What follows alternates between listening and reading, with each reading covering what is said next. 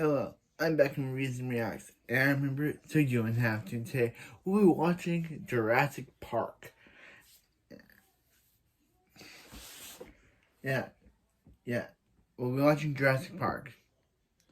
Eventually, we'll get to Lost World and 3, and Jurassic World, Fallen Kingdom, and Jurassic World Dominion. Right now, we're just doing the original Jurassic Park. Yeah. Let's get on with the video. After 20 years, Jurassic Park was real on the big screen in 3D. Millions flooded to relive the groundbreaking film, including the nostalgia critic. There's no reason for this text, just to hear the awesome boom sound again. Don't forget the woo-hoo-hoo-hoo-hoo-hoo. Nice. Yeah, John and Joe Star reference. Wait, wait, no. Joseph Joestar reference.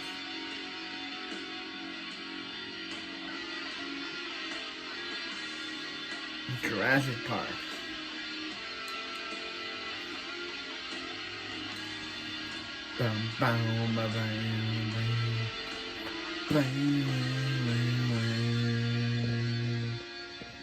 Hello, I'm a nostalgia critic guy. Remember it so you don't have to. Jurassic fucking Park. When this film came out, people went nuts. Not only did it have groundbreaking CGI effects, but it had action-packed suspense, a sense of awe and wonder, and just seemed gigantic. So when it was re-released in 3D recently, you bet your ass I got over to the theater to relive all those awesome memories. And how did it hold up? It was awesome! But maybe not as awesome as I remember. Rachel wanted to punch him. Look, I'm not saying it's a bad movie. Far from it. If anything, it's held up extraordinarily well. I'm just saying that while we were so blown away by how huge it was, we might have overlooked some problems that we either didn't see or chose to ignore. I know something like Jurassic Park 3 is worse, and trust me, we'll get to that train wreck in our time. But it's still an interesting journey looking back at something that was so groundbreaking and popular without the nostalgia goggles. So, let's take a look at an adventure 65 million years in the making, or 3. This is Jurassic Park. So we start out in Spielberg's favorite place to go in all of his movies, Spotlight Fetish. Oh no, it's Spotlight. But this guy is obsessed with shining spotlights in your face as much as humanly possible. Every frame feels like a whimsical police investigation. My eyes, it's too much for the spotlights. For one of the highly intelligent raptors via portal cube, when of course something goes wrong. Because in all movies, everything has to go wrong, doesn't it?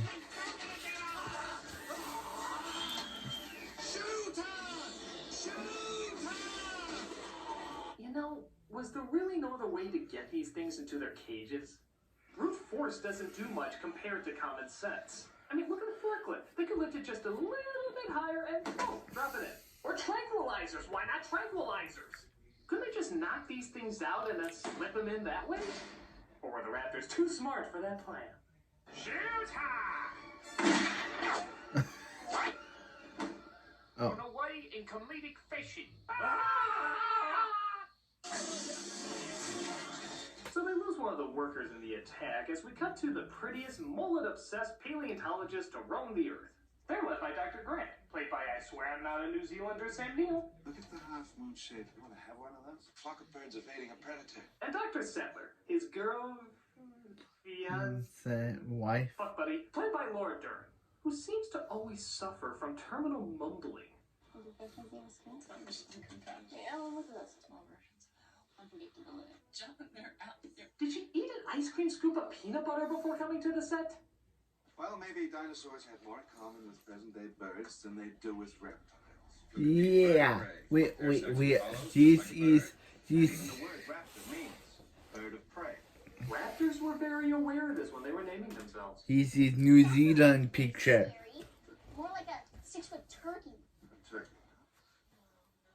So he scares the little kid by showing him something he never thought he'd see on a hunt for dinosaur bones. A dinosaur bone! Ah!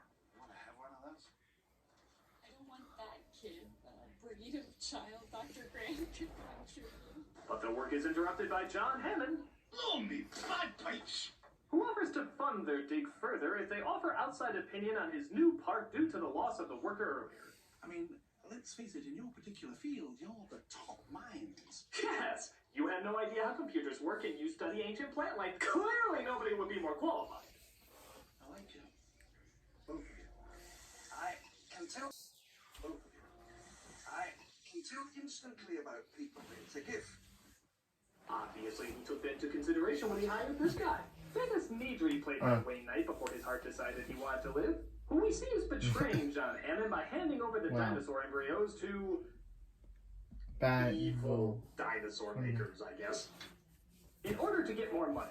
And you might notice one of the main problems with the first third of this movie. It focuses a great deal amount of time somehow hastily rushing a ton of exposition. On delivery, 50,000 more for each viable embryo. We are facing a $20 million lawsuit. There's a particular pebble in my shoe represents my investors. 7 o'clock tomorrow night on the East Dock. 48 hours from now, if they're not convinced, I'm not convinced. They insist on Well, you know, one of those guys would end up looking like Tim Cook The characters' motivations and from story in arcs Jurassic are World disgustingly Dominion. simple. Even down to dressing them in Care Bear colors so you can easily remember which one is which. Which one's Grant? Oh, he's the one in blue. Which one's Hammond? Oh, he's the one in white. Which one's the a-hole everyone will fall in love with until they realize he's just gonna do that one note for the rest of his life until they want to dig their brains out with Jeff a fork because Goldblum. he's so goddamn irritating? That's the darkly dressed evil one known as Jeff Goldblum.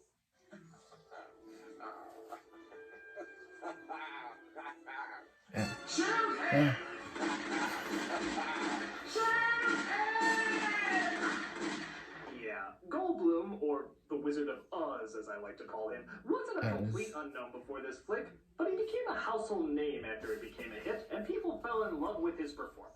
And at the time, it was kind of charming. People never heard this kind of performance in a blockbuster film before. We're going to conduct an experiment. It should be still. The car's bouncing up and down. But that's okay. But once we discover that he fell in love with his performance, even more than we fell in love with his performance, to a point where he never wanted to leave that performance, we do end up asking ourselves, how the fuck do we ever like this performance to begin with? Yeah.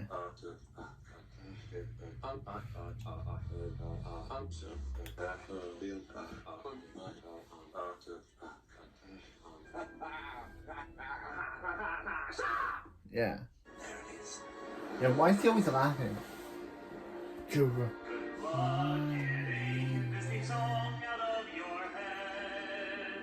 It will be in your brain for weeks more, till you're dead. The full 50 miles of perimeter Wow. fence are in place. And the concrete marks. And the Yeah, motion sensor that tracking system. wow, that will be in our Relax. heads The until only thing we don't have people are. is security in case That'll a be storm in comes people's or the heads power till goes they're out. But we have dead. this guy for that. So we good. Spared no expense. Shut you down, John. Why does John Hammond look like a villain? I'll be accepting your apology. So they arrive at the star attraction, Laura Dern mugs for the trailer, and we get our first look at Gertie. It's a dinosaur. Welcome to Jurassic Park. We will always play this theme a lot in these films. They do move in herds. Really? It's a big teardropper line. It's random, isn't it? Is it kind of like looking out over the herd and saying, They eat their own shit. They do eat their own shit. Hammond takes them to the visitor center to show them how they're made. Apparently it was done through the miracle of cloning. One of the many illegal processes I'm sure went into making this place a reality. DNA strand like me Yeah. is a blueprint for building a living thing. And sometimes Oh, spotlight fetish. I don't care if I'm the only director in the world who has it. I will make you a star. 100 million years ago, there were mosquitoes, just like today.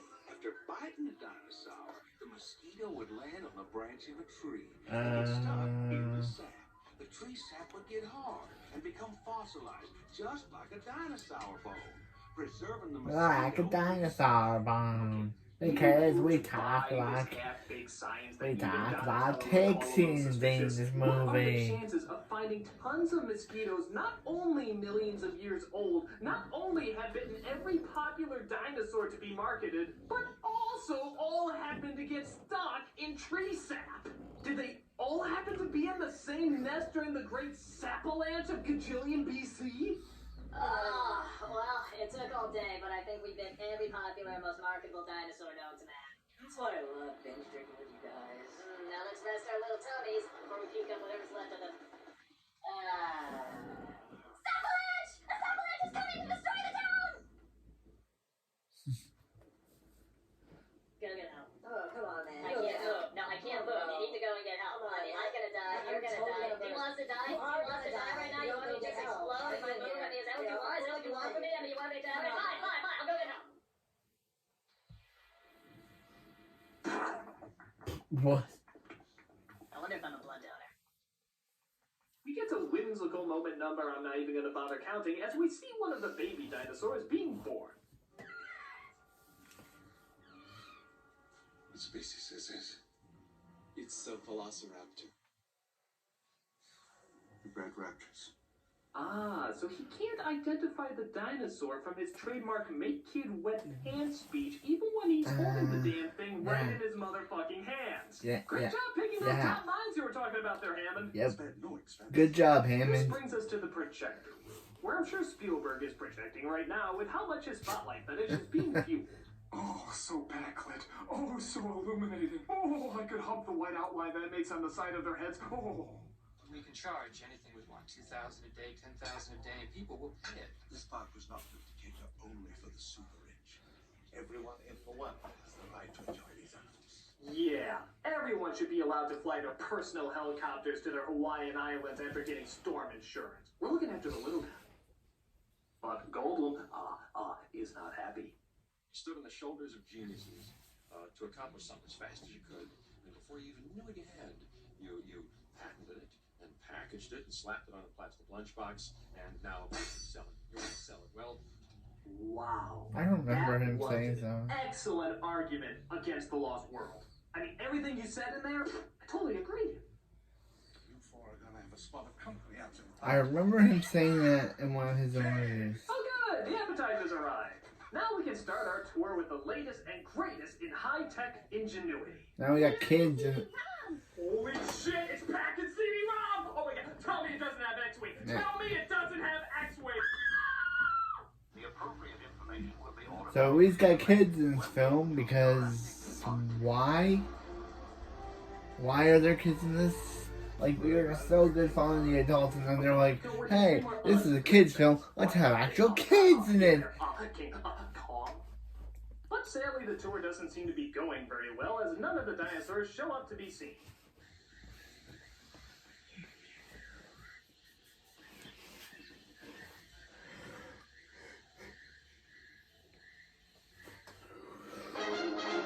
But it's okay, because Goldblum uses his traditional pickup tricks that always seem to get him women at TGI Fridays. tiny variations. The orientation of hairs and veins. Yeah, well, look at this. They want blood to stand in their vessels, imperfections in the skin. This feels so weird. My God, it's like the new NBC sitcom, Rambles and Mumbles.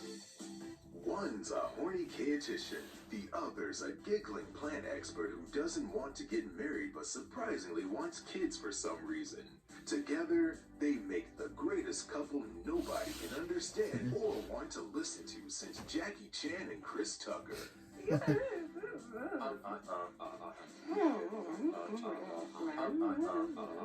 Rambles and Mumbles, coming soon to NBC. Cancel. Wow, that was fast. That was We get out fast. of the car and stumble across a sick triceratops, but Sattler is determined to figure out what's causing the sickness. Now, in reality, this scene serves no purpose to the plot apart from separating Sattler from the group. And let's be honest, it only exists so kids can giggle when he says this line. I just one big pile of shit. Your career in a nutshell. The Nidri has to hurry with those embryos, or else the obvious video that everyone in the audience said was an obvious video. Seriously, you can crop that shot just a notch. Says the storm is coming and that the ship has to leave with everyone on it. Oh, look how lens flaring it is. Oh, yeah.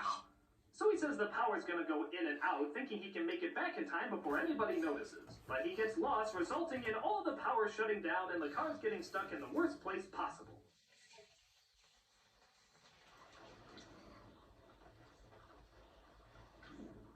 And this leads to easily the best character in the whole movie. The absolute star of the whole goddamn thing, T-Rex.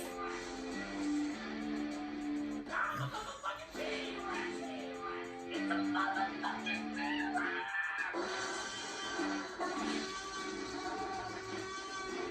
This badass mother owns it. This scene is about as perfectly paced and perfectly suspenseful as a scene can get. I'm a motherfucking T-Rex! I'm a motherfucking T-Rex! I think everything about her can be summed up in that one awesome roar. Oh, God, I bet you translated that roar, every single one would declare her ability of just owning this goddamn movie.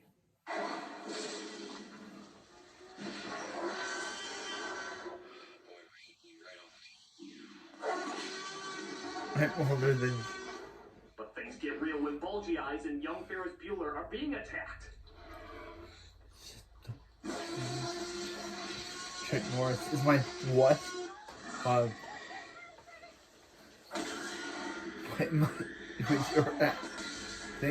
Things are crunchberries. Little comedy for me, the goal.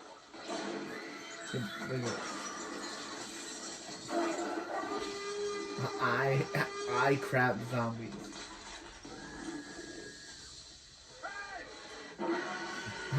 Or chainsaw. I would.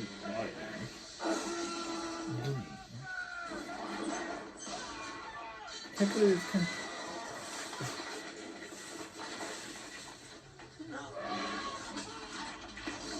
it's she also eats lawyers. Yeah, what was the line that Hammond said earlier? In 48 hours, I'll be accepting your apology. I'm sorry I ever took you on as a client. Ah! Lawyer. Tastes like deep-rooted insecurity and bitterness. Grant gets Bulgy Eyes out, but young Ferris Bueller is still stuck in the car, and the T-Rex throws it over. I'm the motherfucking T-Rex! I'm sorry, I need a minute to recover from such awesomeness. Play the music!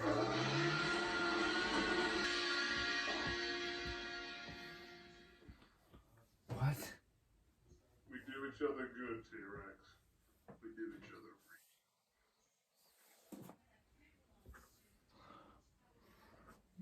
right. Back to the story. Edric gets his car stuck and does his best to pull it out.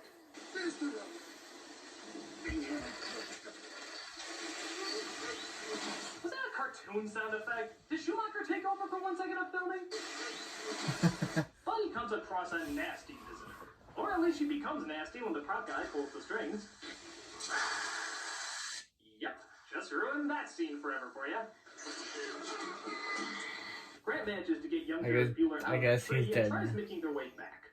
Meanwhile, Statler comes across Goldblum just in time to partake in another badass T-Rex scene.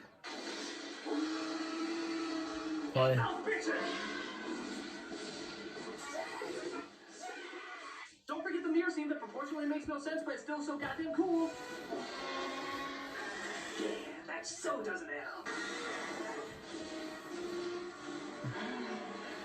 Hey, look on the bright side. At least you get Toy Story 2 something to parody.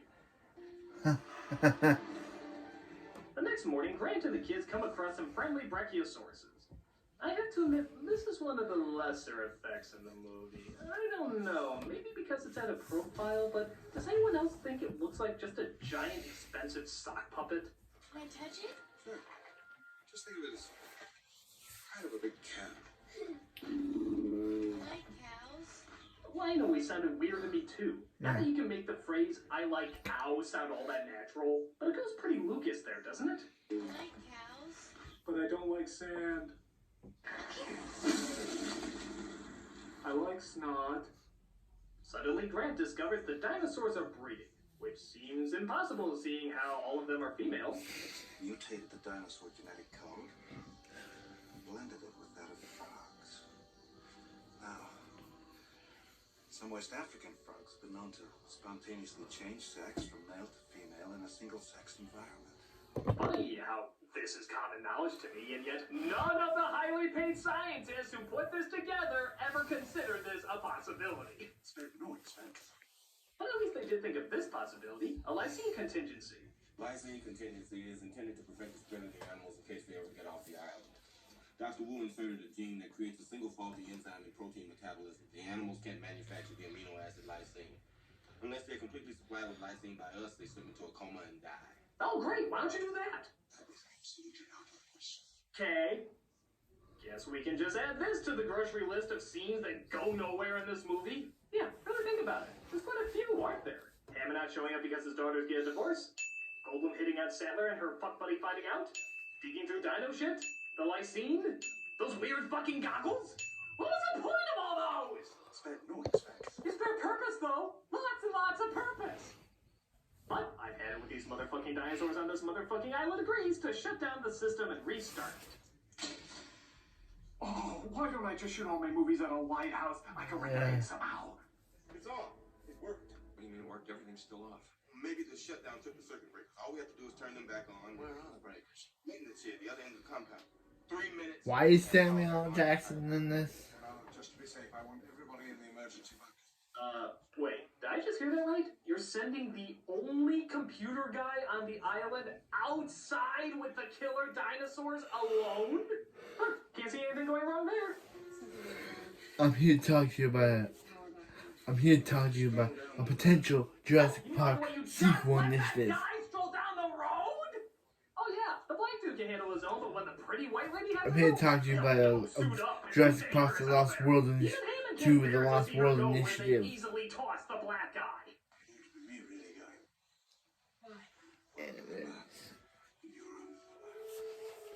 Look, we can discuss sexism and survival situations when I get back. It is funny him confusing strength and gender, seeing how most of the things on the island trying to kill him have a vagina. So Sattler makes it to the building and turns on the power just as young Ferris Bueller is climbing the fence. I'm gonna count straight. 1, 2. What? What is?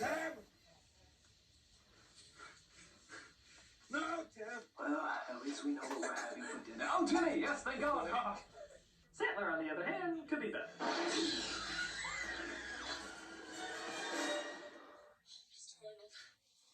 Why didn't nobody tell me it wasn't just a stroll down the road? He gets out okay, but Velociraptor Dundee seems to have his own problems to deal with.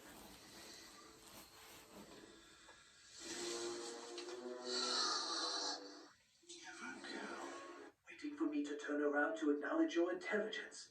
The ever-gloating, egotistical girl. Yep, if you haven't noticed, these things are damn smart. Even when Graham leaves the kids alone in a building with no locked doors. That's stupid. They managed to open up the doors, corner them in the kitchen, and yet somehow never managed to get these twerps. Yeah, you go on and on about how smart they are and how they can even track die-hard hunters, yet 2 little kids with literally no way out give them the slip? I mean, couldn't they just be like... Oh, Stephanie, could you be awesome and stand guard at the door while I sniff our dinner out? Of course, Vanessa. Thank you. No prob. Hey, did you hear about Andrea's spontaneous change of sex? Yeah, that was weird. So like I said, the kids get away and meet up with Grant and Sattler, who get them to the control room to turn everything back on, including the door locks. Which was kind of stupid, hooking up everyday door locks to their computer. Should have thought that one through. Spared no expense.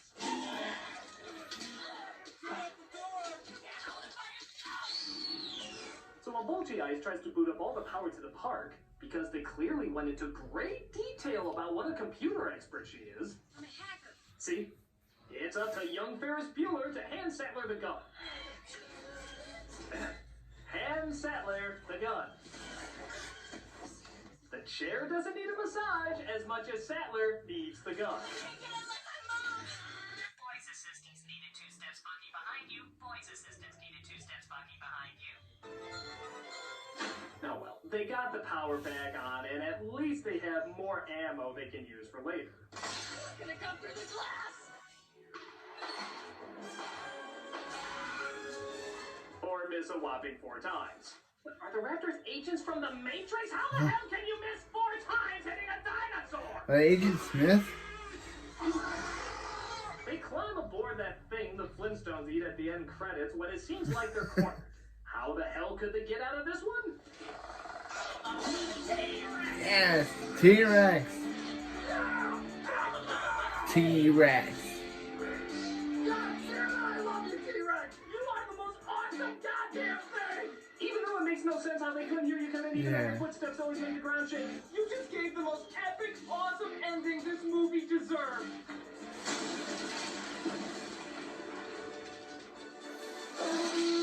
Here's a free poster. All she needs is a mic drop. I swear, that's the only thing missing. She fucking owns everything that ever existed. She just needs a mic drop. And thus, they all seem to make it out okay. Mammoths. Next time, definitely mammoths. What are you gonna call it? Ice Age Park? Aw, my touching story arc is complete. Let's split in the 3rd film. Okay. Let's put the 3rd film. And the moral of the story, kids, when a white Scottish man offers you to see his park, you say no. No. And that's Jurassic Park. It's got its flaws, even some major flaws, but I'm sorry, it's still fucking awesome. And they said that the movie should have only been 1 film because the sequels are just unnecessary. They bring back a daughter. They bring in the second one. They introduce a daughter and a girlfriend that he did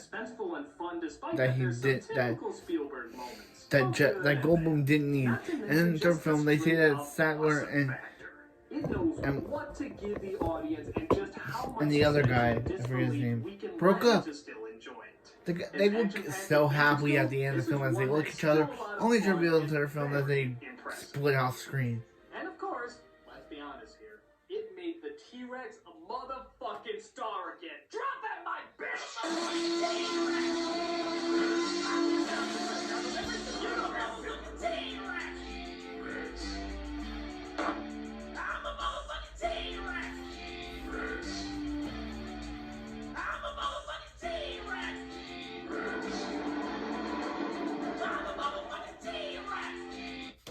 Okay, that was Jurassic Park, and it's pretty good for what it was. We all know that the sequels, like The Lost World and Jurassic Park 3, are very bad and didn't deserve to get made because they completely ruined. We all know the 3rd one ruins the ending of this film. The 3rd one ruins the ending of this film. It's just so bad. Like, the 3rd one just says, hey, they look so happily at each other, looking to continue the relationship. Oh yeah, that didn't really matter. They broke up off screen. It's so bad. Like, he's holding the 2 kids in his arms as he looks them lovingly at her. Just say, that didn't really matter. They didn't make it off. Their relationship didn't make it. It's just so bad. It's just so bad to say, hey, we're going to have the song play. We're going to make them look so lovingly at each other as possible. To say in 3rd film, yeah, that didn't work. They just couldn't handle each other off screen.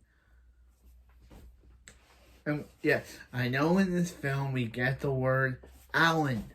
Yeah, alright, that's his name. Alan Grant. We get Alan Grant and Sattler break up. But in the 3rd film we get the Alan. Yes, they think a dinosaur looking at Alan Grant and saying, Alan, it's scary. It's not. It's really not. It's memeable, but it's not scary. But this was my review for Jurassic Park, and I'll see you next time for, I'm guessing, AI. I think that's his next one. AI, Artificial Intelligence. See you for that one. Guys, add some other T-Rex. T-Rex.